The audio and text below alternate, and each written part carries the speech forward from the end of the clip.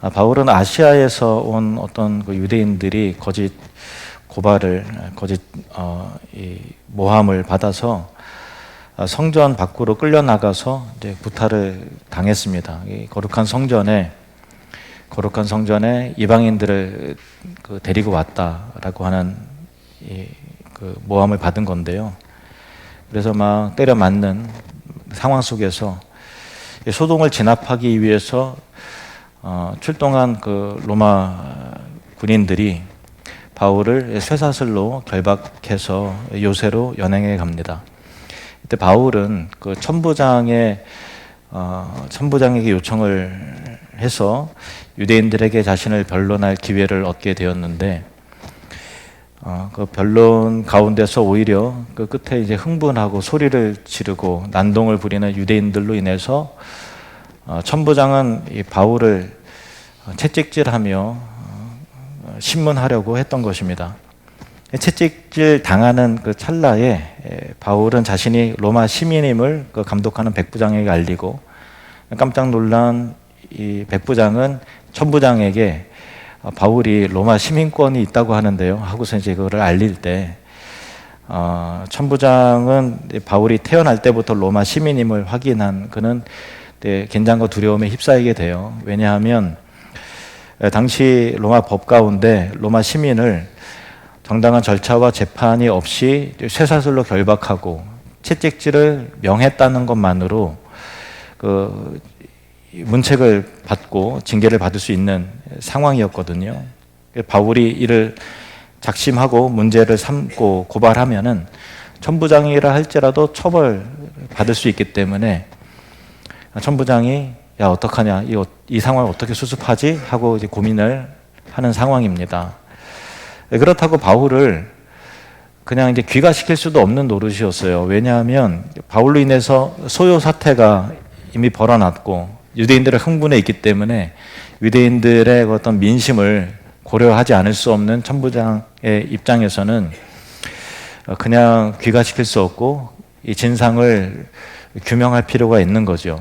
그렇다고 그냥 무턱대고 이 바울을 신문할 수도 없는 상황입니다. 로마 시민은 정식으로 고소인이 있어야 비로소 신문할 수가 있었기 때문입니다. 그래서 나리세자 천부장은 사내들인 공회를 소집을 합니다. 그래서 왜 유대인들이 그토록 소요를 일으키고 바울을 죽이려고 했는지 사내들인 공회를 통해서 그 진상을 파악하기 위함이었습니다. 사내들인 공회는 71명의 의원으로 구성된 그 유대인 최고 의결 기구였고 의장은 대제사장이었습니다. 공회 앞에 선 바울은 모인 의원들을 주목하고 바라봅니다. 바울 자신도 당시로부터 25년 전에 이 사내들인 공회원 중에 한 사람이었기 때문에 여기 모인 71명의 의원 중에 그 원로들은 이미 낯이 익은 사람들이 당연히 있었겠죠. 공회원들을 바라보면서 바울은 이렇게 말합니다. 1절 말씀. 바울이 공회를 주목하여 이르되 여러분 형제들아 오늘까지 나는 범사의 양심을 따라 하나님을 섬겼노라 하거늘. 이때 바울의 나이는 이제 52세, 3세 정도 되었을 시기인데 당시 기준으로는 인생 말년이었죠. 노인이었습니다. 우리 각자도 인생의 끝자락에 이미 서신 분도 계시고 또 인생의 끝자락을 향해서 점진적으로 나아가고 계신 분이 계실 텐데 언젠가 하나님과 사람 앞에 서게 될 때에 오늘까지 나는 말씀과 양심을 따라 하나님을 섬겼고 내 믿음을 지켰노라고 진실되게 부끄러움 없이 고백할 수 있는 저와 여러분이 되시기를 진심으로 축복합니다. 사내들인 공회 의장인 대제사장은 이 바울의 말이 끝나기가 무섭게 비인격적이고 포악한 말로 고함을 칩니다. 2절 대제사장 아나니아가 바울 곁에 서 있는 사람들에게 그 입을 치라 명하니, 당시 대제사장은 그 아나니아라고 하는 사람이었는데 그 요세푸스라고 하는 그 당시 역사가의 기록에 의하면 아나니아는 그 탐욕스럽고 포악하고 잔인한 사람이라고 역사에 기록이 돼 있어요. 그러니까 성전의 헌금, 자금을 개인적으로 갈취하고 착복하고 또 자기의 정치적인 적들을 제거하기 위해서 폭력과 암살까지도 불사할 정도의 그 잔인한 인간이었다라고 그렇게 기록돼 있어요. 한마디로 겉으로는 명함은 대제사장이었지만 부도덕한 종교 장사꾼이었다라고 할 수 있을 것입니다. 율법에는 두세 증인의 증언이 있을 때에만 사람의 범죄를 확정할 수가 있었는데 그가 바울의 이야기를 들어보지 않고 정당한 재판의 과정과 결과 없이 옆에 있는 사람들이 그 입을 치라라고 그 선언을 했다라고 한 것은 대제사장임에도 불구하고 스스로가 율법을 어긴 것이죠. 절차를 어긴 것입니다. 무례한 것이죠. 그리고 처음부터 바울을 짐승보다 못한 죄인 취급을 한 것이었습니다. 이 말을 들은 바울은 이렇게 말합니다. 3절 말씀. 바울이 이르되 회칠한 담이여 하나님이 너를 치시리로다. 내가 나를 율법대로 심판한다고 앉아서 율법을 어기고 나를 치라 하느냐 하니 이렇게 따집니다. 바울은 아나니아를 향해서 회칠한 담이라고 하는데요.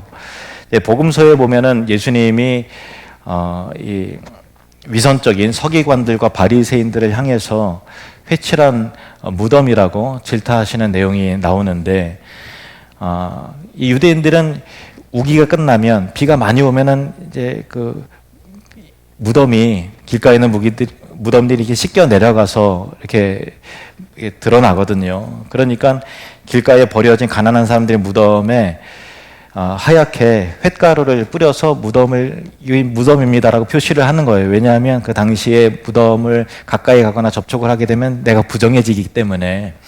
그러니까 이 무덤 자체를 포장하기 위함이 아니라 내가 부정해지지 않기 위해서 여기는 무덤의 자리입니다라고 해서 하얗게 이제 횟가루를 뿌리는 거죠.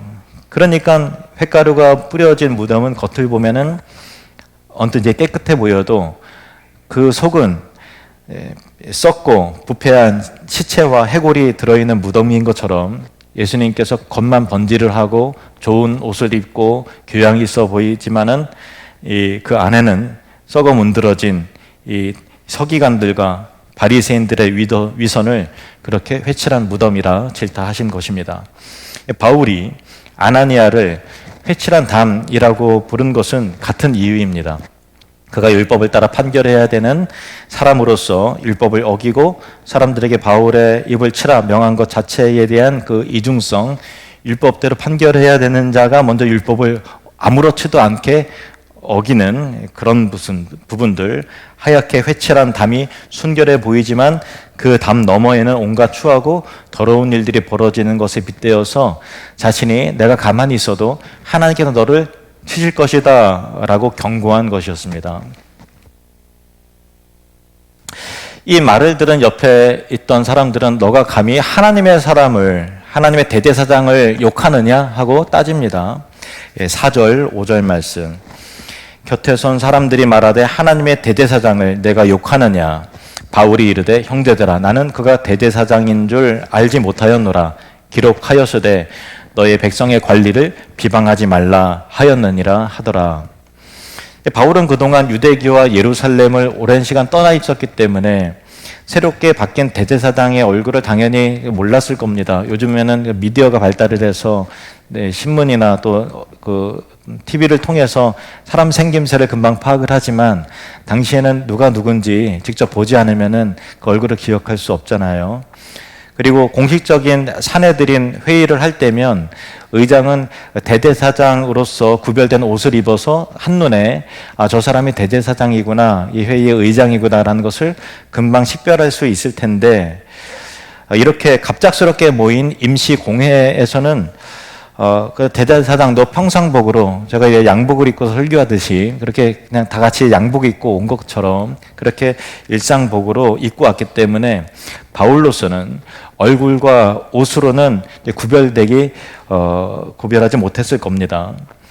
그래서 바울이 나는 그가 대제사장인 줄 몰랐다라고 하는 말은 분명 사실이나 저 예의 없이 포악한 말을 하는 자가 대제사장이라는 분명한 증거는 없었어도 대략 정황과 분위기상 눈치껏 파악은 아마 하고 있었을 것입니다. 그러니 바울은 나는 그가 대제사장인 줄 알지 못했다라는 말은 거짓 없는 분명 사실이지만 또 다른 한편으로는 이와 같이 율법의 절차대로 판결하지 않으며 거칠게 말하는 포악한 사람이 하나님의 거룩한 대제사장일 리 없다라고 하는 말을 함으로써 그를 바른 진리로 일깨우고 권위 있게 심판을 선언하면서 또 그 양심을 부끄럽게 하려는 의도도 있었을 것입니다. 또 바울은 이어서 출애굽기에 나온 율법을 인용해서 너의 백성의 관리를 비방하지 말라 하였느니라 말을 함으로써 자신이 대제사장에 대해서 한 말에 대해서 성급했음을 인정하면서 동시에 율법에 따라 자신이 대제사장을 이렇게 함부로 비방하지 않듯이 대제사장도 율법을 따라 적법한 절차에 관해서 자신을 함부로 죄인처럼 함부로 다루지 말라는 뜻을 그렇게 피력하는 것이죠.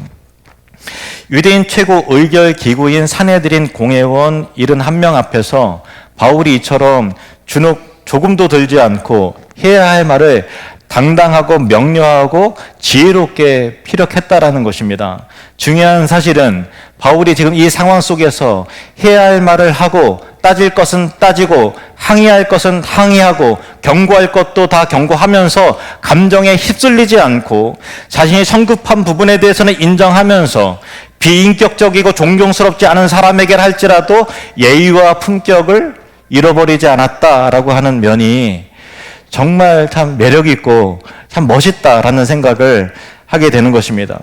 사실 지금 바울의 상황은 굉장히 외롭고 또 고통스럽고 고립된 순간이거든요. 예루살렘에 왔을 때 함께 온 이방인 성도들도 많이 있었잖아요. 그래서 혼자 온 게 아니죠. 이방인 성도들도 있었고 또 예루살렘의 지도자들도 있어요. 그래서 예루살렘 교회를 방문해서 선교를 통해서 이루어진 하나님께서 이루신 은혜의 일들을 보고할 때 야고보를 비롯해서 예루살렘의 지도자들 장로들이 같이 기뻐하고 찬양하고 격려하고 그리고 또 이방 교회들이 준비해서 온 이 구제금을 전달할 때도 얼마나 다 같이 기뻐했습니까? 바울이 예루살렘 성전에 들어가게 된 것도 마침 절기에 따라 들어가긴 한 거지만은 장로들이 당신이 이렇게 저렇게 함을 통해서 오해를 면했으면 좋겠다라고 하는 제안을 받아들여서 성전에 들어간 것이잖아요. 그러니까 예루살렘 성전에는 많은 유대인들도 있었지만 많은 그리스도인들도 있는 거잖아요. 그런데 성전에서 바울이 유대인들의 거짓 모함을 받을 때 바울은 혼자였다라는 거예요. 그들에게 성전 밖으로 끌려가서 막 구타를 당하고 폭행을 당하고 짓밟히고 했을 때 바울은 혼자였습니다. 분명히 주변에 믿음의 성도들이 있었을 텐데 그들은 다 어디 갔는지 성경은 그들에 대해서 언급하지 않아요. 물론 있었겠죠. 그렇지만 그들은 그냥 조용히 있었습니다. 마치 없는 것 같습니다. 그들은 다 어디 갔습니까? 어디에서 무엇을 하는지 보이지 않는다는 것입니다. 로마군에게 연행돼서 산헤드린 공회가 소집되는 이 순간에 71명의 공회원들이 성난 이리때와 같이 무서운 눈을 하고 쳐다보고 있고 바울을 노려보고 고함치고 바울이 양심대로 나는 하나님을 섬겼다라는 진실한 말 한마디 했을 뿐인데도 저 입을 치라! 라고 말로 하는 짐승보다 못한 대접을 받는 상황 속에서 바울은 사람들 앞에서 전혀 주눅들지 않았다라는 것입니다. 함께 있었으나 두려워서 나서지 못한 동료들에 대해서 서운해하거나 원망하지 않았다라는 것입니다. 바울은 침착했습니다. 담대했습니다. 그리고 사도답게 하나님의 말씀의 진리를 권위 있게 선포합니다. 비굴하지 않습니다. 상대방이 비인격적인 사람이라 할지라도 거친 말로 포악하게 고함치는 사람이라 할지라도 그가 가진 직분을 무시하거나 함부로 하지 않았습니다. 그는 성급하지 않았고 품이 있었고 품격이 있었습니다. 이 바울의 흔들림 없는 평온함과 담대함은 오늘날 환경에 따라서, 상황에 따라서, 어떤 사람 관계에 따라서 이리 흔들리고 저리 흔들리고 감정에 휘몰아치는 소용돌이 속에서 점점 나약해져가는 많은 압박과 스트레스를 받는 우리에게 깊은 도전과 감동을 줍니다. 저는 이 본문을 생각하면서 나라면 어땠을까? 어떤 상황에서도 이렇게 어떻게 바울은 담대하고 평안하며 사람에 대한 원망도 소원함도 하나도 없이 그냥 의연하게 묵묵하게 갈 길을 갈까? 그런 생각이 드는 거예요. 고난 앞에서 어떻게 이렇게 품위 있고 품격이 있고 멋있을 수가 있을까? 진짜 바울 닮고 싶다. 그런 생각을 하게 됩니다. 바울은 어떻게 이렇게 품격 있는 인격을 가질 수 있었을까요? 우리는 이 장면에서 바울 안에 있는 예수 그리스도의 모습을 보게 됩니다. 고난 받으실 때 모욕 받으시면서도 묵묵하고 담대하고 침착하게 그 십자가의 길을 가시는 예수님의 모습을 바울 안에서 보게 됩니다. 바울은 자신의 정체성에 대해서 분명하게 언급을 합니다. 갈라디아서 2장 20절 말씀 우리 같이 읽겠습니다. 시작. 내가 그리스도와 함께 십자가에 못 박혔나니 그런즉 이제는 내가 사는 것이 아니요 오직 내 안에 그리스도께서 사시는 것이라. 이제 내가 육체 가운데 사는 것은 나를 사랑하사 나를 위하여 자기 자신을 버리신 하나님의 아들을 믿는 믿음 안에서 사는 것이라. 아멘. 내가 그리스도와 함께 십자가에 못 박혔나니 그런즉 이제는 내가 사는 것이 아니요 오직 내 안에 그리스도께서 사시는 것이라. 내 안에 그리스도께서 사시는 것이라. 내가 그리스도와 연합되어 함께 살아간다는 거잖아요. 그리스도 안에서 그리스도와 함께, 이것이 바울의 정체성이죠. 자신은 그리스도 분리되지 않는다라는 거예요. 이것은 자기의 존재론적인, 믿는 사람의 모든 믿음의 존재론적인 영적인 변화를 말하는 것이지만 단순히 신학적이고 교리적인 가르침을 넘어서 바울이 실제로 예수님과 함께, 예수님을 본받아 예수님과 더불어서 예수님과 동행하면서 예수님 본받기 위해 몸부림치고 살아왔고 살아가고 있다는 것을 말하고 있는 것입니다. 고린도전서 1장 11절 말씀 함께 읽습니다. 내가 그리스도를 본받는 자가 된 것 같이 너희는 나를 본받는 자가 되라. 빌립보서 2장 5절에서 8절 너희 안에 이 마음을 품으라 곧 그리스도 예수의 마음이니 그는 근본 하나님의 본체시나 하나님과 동등됨을 취할 것으로 여기지 아니하시고 오히려 자기를 비워 종의 형체를 가지사 사람들과 같이 되셨고 사람의 모양으로 나타나사 자기를 낮추시고 죽기까지 복종하셨으니 곧 십자가에 죽으심이라. 얼마 전에 어디에서 저와 이제 비슷한 나이가 있는 어느 분을 만났는데 그분이 이제 40대에서 이제 50대로 넘어가는 저랑 비슷한 그런 나이대예요. 그러다 보니까 현실에 대한 고민과 압박과 갱년기에 대한 호르몬의 변화와 그런 걸 통해서 또 미래에 대한 그런 불안과 등등으로 인해서 좀 우울감과 상실감 그런 것들을 겪고 계시더라고요. 근데 그 말을 이제 들으면서 제 모습을 보는 것 같은 거예요. 제가 그랬거든요. 몇 년 전부터 그런 게 좀 있었어요. 그래서 목사인 이태규, 내 안에 인간 이태규로서의 이 상실감과 또 좌절과 또 우울감과 또 두려움, 또 가장과 리더로서의 어떤 압박과 또 여러 이 복합적인 감정이 저한테 있었거든요. 그분의 이야기를 들으면서 나도 그런데 나랑 똑같네 그러더라고요. 그런 마음이 들었어요. 요즘 바울이라면 어땠을까, 예수님이라면 어땠을까 하는 것을 묵상하고 있어요. 며칠 전에 제 아내와 함께 좀 생각을 좀 전환하고 목회를 다시 좀 하나님 앞에 진지하게 반성하고 좀 고민하고 돌아보기 위해서 용인에 있는 한국 기독교 순교자 기념관을 찾아갔거든요. 그곳은 조선 후기와 그리고 일제강점기 그리고 6.25 전쟁기에 하나님의 말씀과 교회와 신앙을 지키기 위해서 생명을 드린 순교자들의 신앙의 교훈을 확인할 수 있는 곳이었습니다.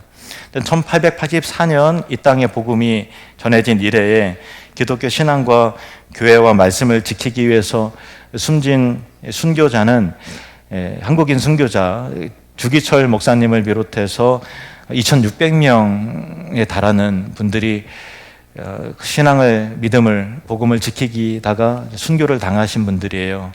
그 중에서 600명의 순교자 명단과 기록이 한국 기독교 순교자 기념관에 헌정되어 있습니다. 그곳에 적혀 있는 순교자분들이 죽어가면서 남긴 이 말들이 눈에 띄길래 좀 그거를 적어 왔어요. 그래서 그분들이 죽어가면서 어떤 분은 이렇게 말합니다. 하늘에서 전보가 왔구나. 나를 오라고 하신다. 예수님이 나를 위해 죽으셨으니 나도 예수님을 위해 죽으리라. 예수를 위해 죽을 수 있다면 오히려 광명이겠습니다. 다 이 땅을 버리면 최후로 살 자가 누구이겠습니까? 그러니까 6.25 때 피난을 막 가는 상황 속에서 교회 지키다가 북한군들에게 핍박받아 죽으신 어느 성도예요. 또 그 다음에 북에서 성도 떼어놓고 온 내가 또 어디까지 도망치겠소. 한 번 이제 피난을 왔는데 또 그곳에 북한군이 또 점령을 한 거예요. 그래서 또 도망가진 않겠다. 이곳에 죽으리라 하고서 목숨을 바친 어느 목사님의 글이었습니다. 그곳을 아내와 함께 다녀오면서 이런 생각이 들었어요. 내가 경험하는 어떤 그 현실과 상황, 또 그로 인해서 여러 감정들이 이렇게 들어올 때가 있잖아요. 무력감, 그리고 또 피로감, 또 어떤 실망감, 서운함, 또 미래에 대한 어떤 압박과 위치로서의 어떤 그 두려움 등등의 여러 가지의 그런 상황에 대한 고민들, 그것이 이분들 순교하신 분들 앞에는 좀 겸연쩍더라고요. 이게 부끄럽고 사치스러운 것일 수 있겠다라는 생각을 제 개인적으로는 했습니다. 저에 관한 적용이에요. 그러니까 우리가 사람으로서 어떤 상황에 대해서 느끼는 인간적인 감정이라든가 그 자체는 하나님은 우리를 감정적인 존재를 만드셨기 때문에 그 감정 자체가 나쁜 건 아니죠. 표현할 것은 또 표현하는 것이 또 감정적으로 건강해지는 방법이겠죠. 또 스스로 통제가 안 될 경우는 또 치료를 받아야 되겠죠. 그렇지만은 그러나 지나치게 자기의 처한 상황과 감정에 너무 이게 몰입하다 보면 제 스스로 저에 대한 깨달음입니다. 정말 바라보아야 할 것을 보지 못하고 들어야 될 것을 듣지 못하고 나아갈 때 나아가지 못하는구나 라는 것을 제가 최근 몇 년 동안 이런 것들을 경험하면서 깨달은 거예요. 그 상황과 감정에 너무 몰입되지 말아야 되겠다. 빠져나와야 들을 수 있고 빠져나와야 볼 수가 있고 빠져나와야 나아갈 수 있다라는 거예요. 혹시 제 이야기에 좀 공감이 되시고 이해가 되시는 분들은 그 상황에 너무 몰입되고 감정에 너무 깊게 빠지지 않기를 바랍니다. 물론 주님의 은혜가 필요할 겁니다. 지금으로부터 100년 전 일본의 기독교 지도자인 우찌무라 간조는 우리에게도 익히 알려진 유명한 그리스도인입니다. 그가 쓴 예수를 생각하고 라는 시를 바탕으로 한 찬양이 있는데 오늘날 여러 복잡한 상황과 또 바쁜 현대인의 삶 속에서 우리는 닥쳐진 과제가 해결해야 될 것들이 너무 많잖아요. 그러니까 필연적으로 압박과 스트레스가 너무 많은 시대 속에서 저나 여러분이 다 그렇게 살아가고 있는데 그래서 일에 치여서 아등바등 살아가고 고민하고 당장 해결해야 될 문제에 대한 스트레스와 또 밀린 월세 등등의 여러 가지 일들을 고민하면서 살아가는 우리들에게 예수를 생각하고 살아간다는 것이 어떤 것인지 깊은 울림을 준다고 생각해요. 물론 이 찬양의 가사처럼 다다를 수 있는 수준은 안 돼요. 그렇지만은 방향성을 잡고서 어디로 가야 되겠다라고 하는 방향 설정이 되어 있는 것하고 현실의 문제 속에 파묻혀 살아가는 것하고는 정말 다른 부분이라고 생각을 합니다. 우리 이 찬양 같이 부르면서 이 찬양이 주는 메시지를 여러분 마음 안에 깊이 새기길 원합니다. 예수를 생각하고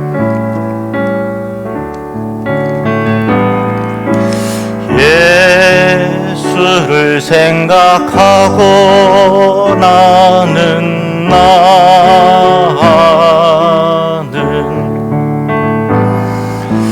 나의 가난함도 슬프지 않고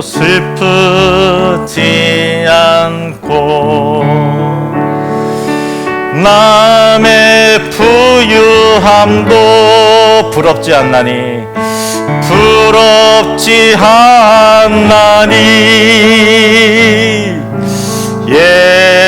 예수를 생각하고 나는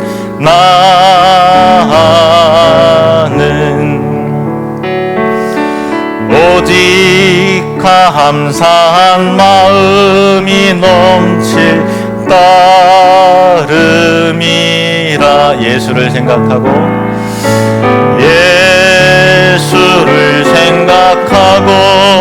나는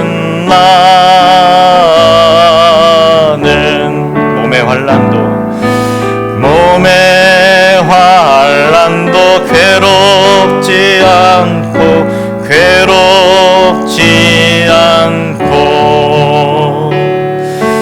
그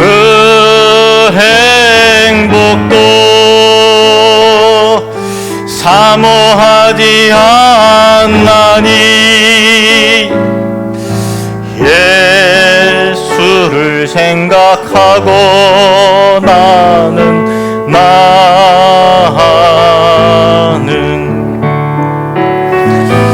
오직 평강과 만족만 있을 따름이.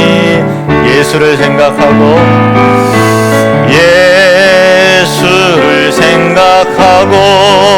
나는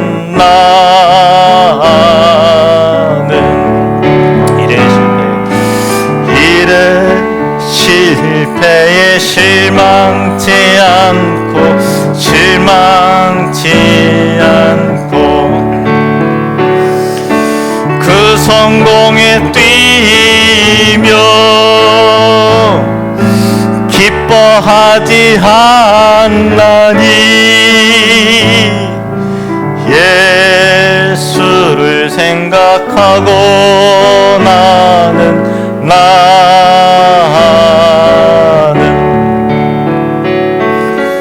오직 영원한 승리자이기 때문이라. 오직 영원한 승리자이기 때문이. 오직 영원한 승리자이기 때문이라.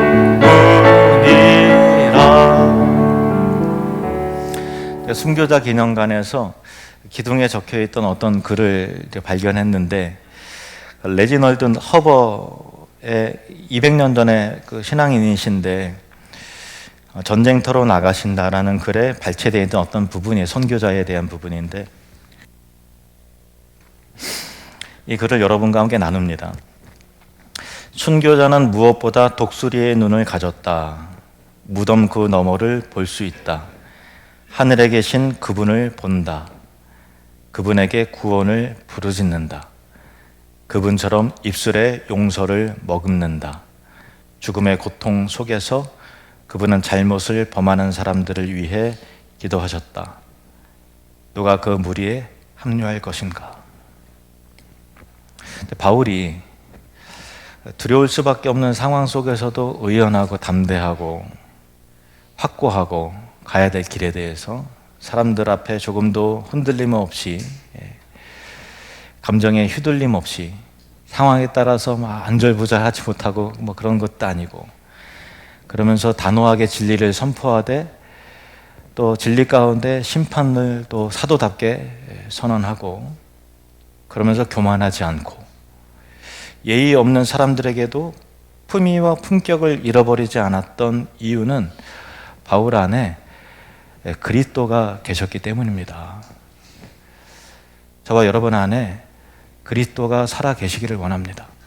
그리스도가 여러분의 감정을 다스리고, 그리스도가 여러분의 입술을 장악하고, 여러분의 의식 세계와 무의식 세계까지도 그리스도가 주관하시는 진정 하나님 나라의 평안이 여러분 안에 일어나기를 축복합니다.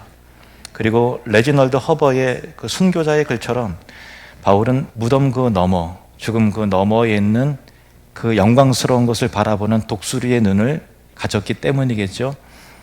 우리도 무덤 너머를 바라보고, 아픔 너머를 바라보고, 고립된 세계 그 너머를 바라보고, 상황 그 이면을 바라보는 영적인 독수리의 눈을 가짐으로 어떤 상황에서도 그리스도를 조금도 놓치지 않는, 저 천국의 영광을 조금도 빼앗기지 않는 그런 은혜가, 내 안에 나와 함께 계신 그리스도를 바라보시는 그 은혜가 저와 여러분에게 있기를 진심으로 축복합니다.